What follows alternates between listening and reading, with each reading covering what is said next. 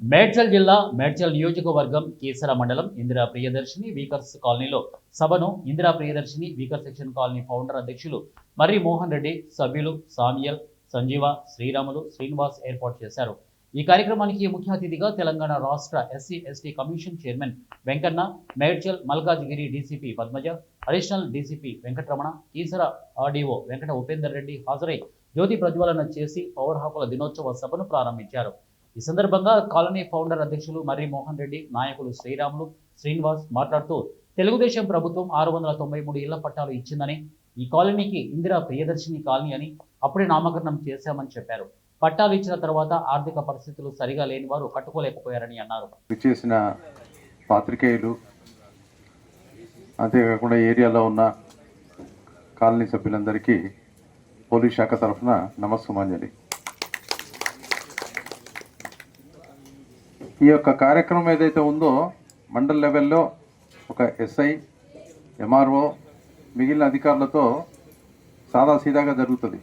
కానీ ఈ యొక్క చిన్న కార్యక్రమానికి మనకు గౌరవ ఎస్సీ ఎస్టీ కమిషన్ చైర్మన్, రాజ్యాంగ అధికారాలు కలిగిన మన యొక్క గౌరవ చైర్మన్ గారు ఈ యొక్క కార్యక్రమానికి రావడం, ఈ మారుమూల ప్రాంతంలో పేరుకే ఇది పెద్ద జిల్లా అంటాము, మొత్తం అర్బనైజేషన్ అంతా ఎక్కడో ఉంటుంది, ఇక్కడ చిన్న గ్రామ వాతావరణం లాగా ఉంది. ఈ యొక్క ఏరియాకు కూడా ఎవరు వచ్చిన సందర్భాలు కూడా కనపడలేదు. అయినా కూడా ఇట్లాంటి ప్లేస్కు, ఈ హ్యాబిటేషన్కి గొప్ప చైర్మన్ గారు ఇక్కడ దాకా రావడం అనేది చాలా గొప్ప విషయం. ఎందుకంటే ఒక అధికారం వచ్చిన తర్వాత, స్టేట్ అధికారం వచ్చిన తర్వాత స్టేట్లో అన్ని జిల్లాలని సందర్శించాల్సి వస్తుంది, అన్ని ప్రాంతాలకు పోవాల్సి వస్తుంటుంది.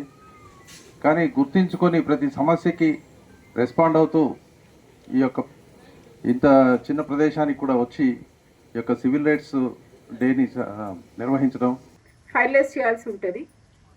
బట్ ఏదైనా కూడా కోర్టు కేసెస్ ఉన్నా కూడా మేము కూడా మా తరఫున ఈ కేసెస్ ఈ విధంగా ఉన్నాయి, అట్రాసిటీ కేసెస్ ఉన్నాయని చెప్పి మా తరఫున కూడా మేము కోర్టుకి పిటిషన్స్ వేయడము, తర్వాత వెకేషన్ స్టే ఏదైనా ఉంటే తీసేయడము, తర్వాత ఫర్దర్ ఇన్వెస్టిగేషన్ చేయడం జరుగుతూ ఉంటుంది.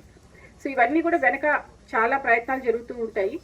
బట్ అది ప్రజలకి ఎంతవరకు, అంటే మాకు పిటిషనర్ ఎవరైతే వచ్చారో వారికి ఎంతవరకు చెప్తున్నాం అనే దాని మీదనే ఎక్కువ ఎఫెక్టివ్నెస్ అనేది ఉంటుంది. ఇక్కడ మాత్రము రాచకొండ పోలీస్కి ఎస్సీ ఎస్టీ కేసెస్లో చాలా వరకు మేము 80 to 90% కేసెస్ అన్నీ కూడా టైం కానీ మేము ఫైనలైజ్ చేస్తూ ఉన్నాము. కానీ ఇక్కడ ఈరోజు ఈ ప్రజెంట్ ఈ కేసెస్ అన్ని మీ సమస్యలు వింటుంటే 2-3 విషయాలు చూసుకోవాలి. ఇది 40 ఏళ్ళ నుంచి మీకు జరుగుతున్నటువంటి ఒక ఇష్యూ.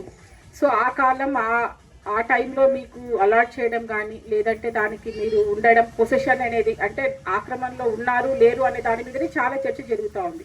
సో ఇప్పుడైనా కూడా 40 ఏళ్ళ తర్వాత మనం ఒక డిజిటల్ ప్రపంచంలో ఉంటున్నాము. మీకు ఏదైనా మీ చేతికి ఏదైనా ఒక కాగితం వస్తే దాన్ని త్వరగా చదవండి. దాంట్లో అన్నీ కూడా ఏది కూడా అన్లిమిటెడ్ టైం ఉండదు, ఎవరికి ఏది ఇచ్చా కూడా అన్లిమిటెడ్ టైం ఉండదు.